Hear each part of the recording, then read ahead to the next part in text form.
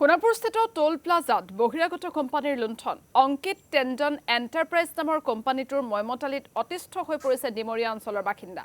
পথত ২-৩ দিন বাহন নচলালেও কৰ কাটি লৈ যোৱাৰ অভিযোগ কোম্পানীটোৰ বিৰুদ্ধে। তদুপৰি স্থানীয় ৰাইজৰ সৈতে দুৰ্ব্যৱহাৰ কৰাৰো অভিযোগ কোম্পানীটোৰ মেনেজাৰ সঞ্জয় পাঠানৰ বিৰুদ্ধে, যাৰ বিৰুদ্ধে সৰব হৈ সোণাপুৰ সমজিলাৰ আয়ুক্তৰ কাৰ্যালয়তে দল সংগঠনে প্ৰেৰণ কৰে এখন স্মাৰক পত্ৰ।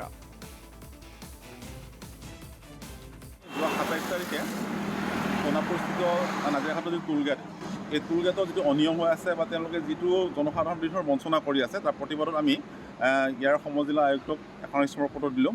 স্মাৰক পত্ৰ কোৱা হৈছে যে যিহেতু আগতে ডিমৰীয়াবাসী ৰাইজে টোলগেট স্থাপনৰ কৰাৰ সময়ত এটা কথা কোৱা হৈছিল যে যদি ডিমৰীয়াত টোলগেট স্থাপন কৰে তেনেহ'লে ইয়াৰ স্থানীয় যিখিনি বাহন, যিখিনি প্ৰাইভেট ভেহিকল আছে বা সৰু সৰু কমাৰ্চিয়েল যিখিনি ভেহিকল আছে সেইখিনি ফ্ৰী কৰিব লাগে বুলি আমি কোৱা হৈছিলে। কিন্তু আগৰ লেচিবিলাকে এই ব্যৱস্থাটো কৰিছিলে, কিন্তু শেহতীয়াকৈ দেখা গ'ল যে অংকিত টেণ্ডন এণ্টাৰপ্ৰাইজ নামৰ যিটো কোম্পানীয়ে তেওঁলোকে নিবিদা লাভ কৰিলে, তেওঁলোকে নিবিদা লাভ কৰাৰ পিছৰ পৰাই আমাৰ স্থানীয় মানুহখিনিয়ে বা ডিমৰীয়াবাসী বা ৰাইজে যিটো সুবিধা লাভ কৰিছিলে, সৰু সৰু গাড়ীবিলাকৰ প্ৰাইভেট ব্যক্তিগত গাড়ীবিলাকৰ যি ফ্ৰী চলাচল আছিলে তেওঁলোকে বন্ধ কৰি দিলে।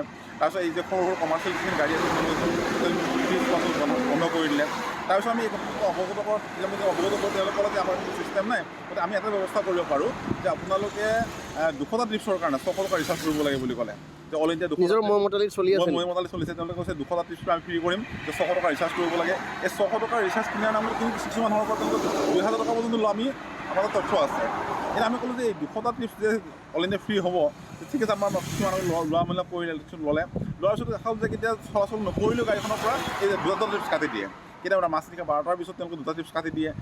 অবৈধভাৱে মানে এটা অনিয়মভাৱে গোটেই কাৰবাৰটো তেওঁলোকে পৰিচালনা কৰিছে।